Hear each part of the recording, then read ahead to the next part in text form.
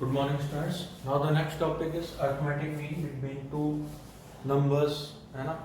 तो हमें arithmetic mean find करना है. We have to find the arithmetic mean. तो mean between two numbers a and b. तो ये मैंने एक mean अगर insert करा है तो a is, तो ये हमारा जो following sequence होगी, तो sequence will be in arithmetic AP arithmetic progression, है ना? तो यहाँ से ये डिफरेंस जो है a माइनस का a इज इक्वल टू ये आपका हो जाएगा b माइनस का a, है ना? तो आपका ये पता है कि तो यहाँ से 2a is equal to a plus b, तो यहाँ से आपका a is equal to a plus b upon 2, आपकी वैल्यू निकल के आ जाती है. इसी तरह से अगर मैं बात करता हूँ कि आपको n नंबर्स का ऑटोमेटिक में निकालना है कि a1 a2 a3, है ना, डैश आपको n नंबर्स का निकालना है an, तो आप क्या करेंगे सम प्लस और डिवाइड बाई n, है ना? तो ये हमारा हो गया arithmetic mean of n numbers. Arithmetic mean of n numbers is equal to इतना. अब आपको उल्टा बोला जाता है कि a और b दो नंबर्स हैं, a एंड b, इनके बीच में मुझे n अरिथमेटिक मीन फाइंड करने हैं, है ना? अभी आपको क्या ये क्या है कि n arithmetic mean of n numbers. अब इसको उल्टा है कि a और b दो वैल्यूज हैं, इसके बीच में एक अरिथमेटिक मीन फाइंड करना है, तो वो हो जाएगा a प्लस b अपॉन 2. अगर n अरिथमेटिक मीन फाइंड करना है लाइक a एंड b, ठीक है, हमें फाइंड करना है कि a1 a2 a3 dash dash dash an, तो ये हमारा क्या हो गया an, जो n अरिथमेटिक मीन है that is between a and b. तो हमें ये फाइंड करने के लिए आप फॉलोइंग सीक्वेंस, जो सीक्वेंस रहती है वो आपको क्या सीक्वेंस किस में रहेगी, ये AP में ही रहेगी, ठीक है. हाँ, तो हमारे इस क्वेश्चन में जैसे दे रखा है कि n arithmetic mean between a and b, तो a और b के बीच में n अरिथमेटिक मीन, ये हमें n अरिथमेटिक मीन फाइंड करना है, n मीन्स, है ना? तो अगर मैं बात करता हूँ कि टोटल नंबर, तो ये जो जितने भी नंबर्स रहेंगे ये आपके क्या रहेंगे, फॉलोइंग सीक्वेंस जो रहेगी वो आपकी क्या रहेगी, AP में रहेगी. आप ये नहीं कह सकते कि ये AP में नहीं है. A और B को कंबाइन करके पूरी की पूरी सीक्वेंस आपकी अरिथमेटिक मीन, अरिथमेटिक प्रोग्रेशन में रहेगी, तभी ये अरिथमेटिक मीन होंगे, ठीक है. जैसे आपको बोला जाता है, क्वेश्चन है कि insert 6 arithmetic means between 3 and 24, तो यहाँ पर आपको है 3 और ये 24, इसके बीच में 6 इंसर्ट करने हैं, a1 a2 a3 a4 a5 a6, है ना? तो ये मुझे इंसर्ट करना है, ये मुझे वैल्यू फाइंड करनी है. तो इसको इस तरह से समझेंगे. जैसे अगर मैं देखता हूँ कि ये 6 आपने इंसर्ट करे हैं, तो ये जो नंबर की कौन से नंबर की टर्म हो गई, तो ये हमारी कौन सी टर्म हो गई, 1 2 3 6, तो मीन हो गए 1 ये 8 टोटल टर्म्स हो गई, है ना? तो 24 जो है 24, तो इसको मैं लिख सकता हूँ is equal to 8th term is equal to क्या होता है, a प्लस का 70, a प्लस 70, है ना? तो यहाँ पर अगर मैंने ये इसको ये लिख दिया कि a कितना है, a हमारा 3 है, तो 24 इज इक्वल टू 3 प्लस का 7 को मैंने लिख लिया 6 प्लस 1 इंटू d. तो यहाँ पर जो d आपका आ जाएगा वो आ जाएगा 24 माइनस का 3 अपॉन 6 प्लस 1. आप इसकी वैल्यू निकाल लेंगे, ये वैल्यू हमारी 3 आ जाएगी, लेकिन मैंने इसको इस फॉर्म में लिखा है यहाँ पर समझाने के लिए, ठीक है. यहाँ पे देखेंगे अगर n मीन मुझे निकालने हैं, b क्या हो गया, b जो है वो n प्लस 2h टर्म हो जाएगी. n प्लस 2h टर्म क्यों हो जाएगी, क्योंकि n तो मीन हो गए, एक ही है, तो n plus 2h term is equal to हो जाएगा आपका a प्लस, जितने नंबर की टर्म होती है उससे एक वैल्यू कम, plus 1 into D is equal to ये आपका हो जाएगा b, a plus n minus 1 into D. तो n जो होता है वो n plus 2 minus 1 n plus 1 बचेगा. तो यहाँ पर जो d की वैल्यू निकालेंगे, d is equal to b minus का a अपॉन n प्लस 1, है ना? जो कॉमन डिफरेंस है वो हमारा क्या निकल के आता है, ये निकल के आता है. तो वही है b माइनस ए अपॉन एन प्लस वन, जितने भी मीन हमें निकालने हैं बिटवीन ए एंड बी, जितने भी मीन निकालने होते हैं उतना, तो यहाँ से हमें वो निकल के आ जाता है। अब जैसे मुझे फर्स्ट मीन निकालना है, फर्स्ट मीन a1, तो फर्स्ट मीन जो है सीक्वेंस की कौन सी सेकंड टर्म है ना, तो a1 हमका क्या आ जाएगा a प्लस का d, second term of the sequence है ना, तो a plus D that is equal to 3 plus का 3 इज इक्वल टू 6।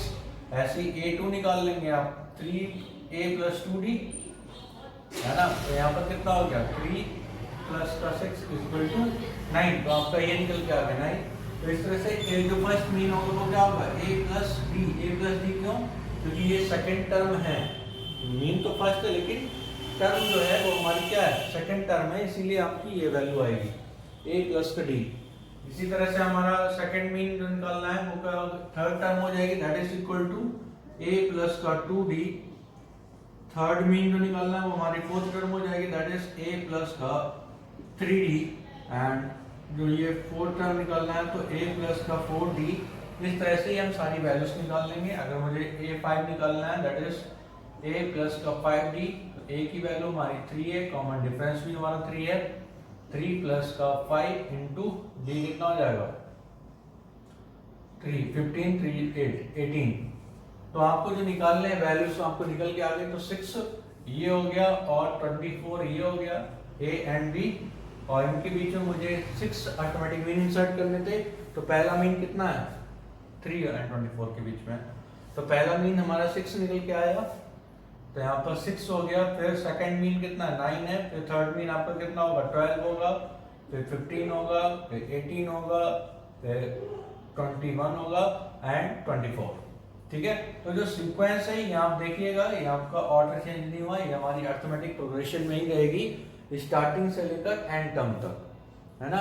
तो स्टार्टिंग से लेकर एंड टर्म तक जो सीक्वेंस रहती है वो हमारी किसमें रहेगी अरिथमेटिक प्रोग्रेशन में ही रहेगी, इसमें कोई चेंज नहीं आएगा। आपको मीन निकालना है तो मीन जिस नंबर का भी मीन होता है तो वो आप टर्म, जैसे nth टर्म आपकी क्या होती थी a n is equal to, हमने फॉर्मूला पढ़ा है कि a plus n minus 1 into D, है ना। और यहाँ पर जो वैल्यू जैसे यहाँ पर 2 है तो यहाँ पर भी 2 ही रहेगा। वो क्यों होता है वो भी आपको बता दिया कि जो फर्स्ट मीन है ना, वो हमारी सेकंड टर्म होती है, इसीलिए एक यहाँ पर वैल्यू ज्यादा होती है ना। जैसे ये हमारी फोर्थ मीन है तो ये हमारी fifth term of the sequence है, फिफ्थ टर्म।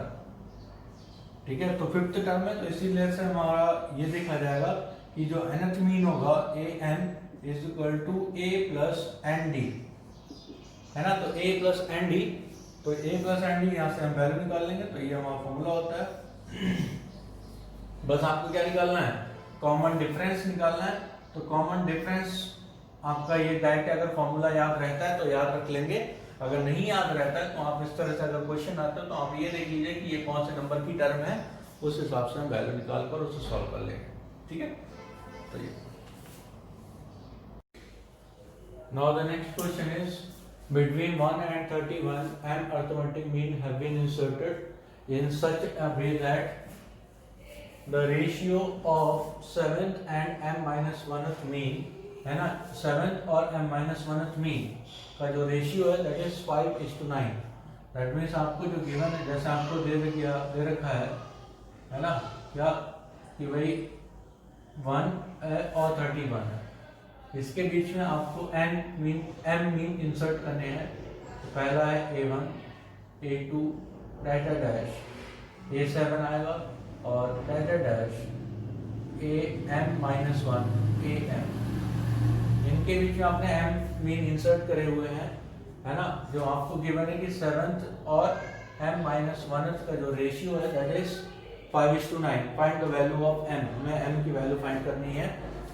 तो जो गिवन वैल्यू है तो इससे जो आपको पहले कॉमन डिफरेंस निकाल लेते हैं, कॉमन डिफरेंस। तो common difference is equal to formula होता है b माइनस का a upon n plus 1। n होता है नंबर ऑफ मीन जो कि m के बराबर है, b कितना है 31 माइनस का 1 अपॉन m, यहाँ पर कितना हो जाएगा m प्लस का 1, ये हमारा डी की वैल्यू होगी। कॉमन डिफरेंस की वैल्यू आ गई, दैट इज कितना 30/m प्लस का 1। ठीक है, आपको गिवन वैल्यू क्या है, गिवन है कि A7 सेवंथ मीन का और m-1th मीन का जो रेशियो है दैट इज 5:9। तो यहाँ पर आपको दिख दिया कि सेवंथ मीन, आपको बोला सेवंथ टर्म नहीं है, सेवंथ मीन है जो कि 8th टर्म होगी। इससे पहले मैंने बहुत अच्छे से क्लियर करा था, आपको ये चीज याद रखनी है। तो यहाँ पर हो जाएगा a प्लस का 70 और यहाँ पर आपका हो गया a plus m-1 into D. ठीक है, सॉल्व कर लेंगे। दैट ये आपको गिवन है कि 5/9, तो 5/9, तो a की वैल्यू हमको 1 गिवन है, 1 a पुट कर देंगे और d पुट कर देंगे। तो 1 प्लस का 7 इंटू डी 30/m प्लस 1 और यहाँ पर हो गया 1 plus m-1 into 30/m plus 1 is equal to 5/9। ठीक है, एलसीएम ले लेंगे तो यहाँ पर ऊपर नीचे एलसीएम, तो m प्लस 1 इंटू 7 इंटू 30 210, नीचे आपका हो जाएगा अपॉन m प्लस 1 और m प्लस 1 अपॉन वो कैंसिल आउट हो जाएगा। नीचे आपको हो जाएगा m प्लस 1 प्लस का 30 मल्टीप्लाई हुआ 30m माइनस का 30 दैट इज इक्वल टू 5/9 है ना। तो ये वैल्यू हमारी 5/9 आ गई। तो यहाँ से कितना आ गया m plus 211 upon 31m minus का 29, 31m माइनस का 29 इज इक्वल टू 5/9। ठीक है, तो क्रॉस मल्टीप्लाई कर देंगे तो यहाँ पर आपका हो गया 9m प्लस का 9 इंटू 211 है ना, तो 918 इज इक्वल टू 31 इंटू 5 है ना, तो 30 इंटू 5 155 m माइनस का 29 इंटू 5 तो आपका हो जाएगा 145। ठीक है, तो यहाँ से ये वैल्यू आप निकाल लेंगे, तो 155 माइनस का 9m is equal to 1988 minus का वो प्लस का 145। ठीक है, तो m की वैल्यू आप कैलकुलेट कर लेंगे है ना। तो ये डिवाइड करके m की वैल्यू जब हम कैलकुलेट करेंगे तो m की वैल्यू हमारी आ जाएगी 14। तो यहाँ से m इज इक्वल टू 14 निकल के आ जाएगा। ठीक है, तो जो गिवन कंडीशन है, गिवन कंडीशन को मैं अच्छे से फॉलो करना है कि क्या गिवन कंडीशन है और उस हिसाब से मुझे कौन सी वैल्यू निकालनी है। ठीक है, तो अर्थमेटिक मीन में आपको मेन फॉर्मूला बस ये याद रखना है कि आपका जो मेन फॉर्मूला होता है जो कॉमन डिफरेंस का d इक्वल टू इतना होता है। ठीक है, अदरवाइज थोड़ा सा लेंथी क्वेश्चन हो जाएगा। अगर नहीं भी फॉर्मूला याद है फिर भी हम नॉर्मली इसे सॉल्व कर सकते हैं, इसमें कोई दिक्कत वाली बात नहीं है। ठीक है बेटा, तो इस पे बेस्ड अर्थमेटिक मीन पे बेस्ड आपकी एक्सरसाइज होगी जो कि आपको सॉल्व करनी है। और ये ठीक है बेटा, थैंक यू।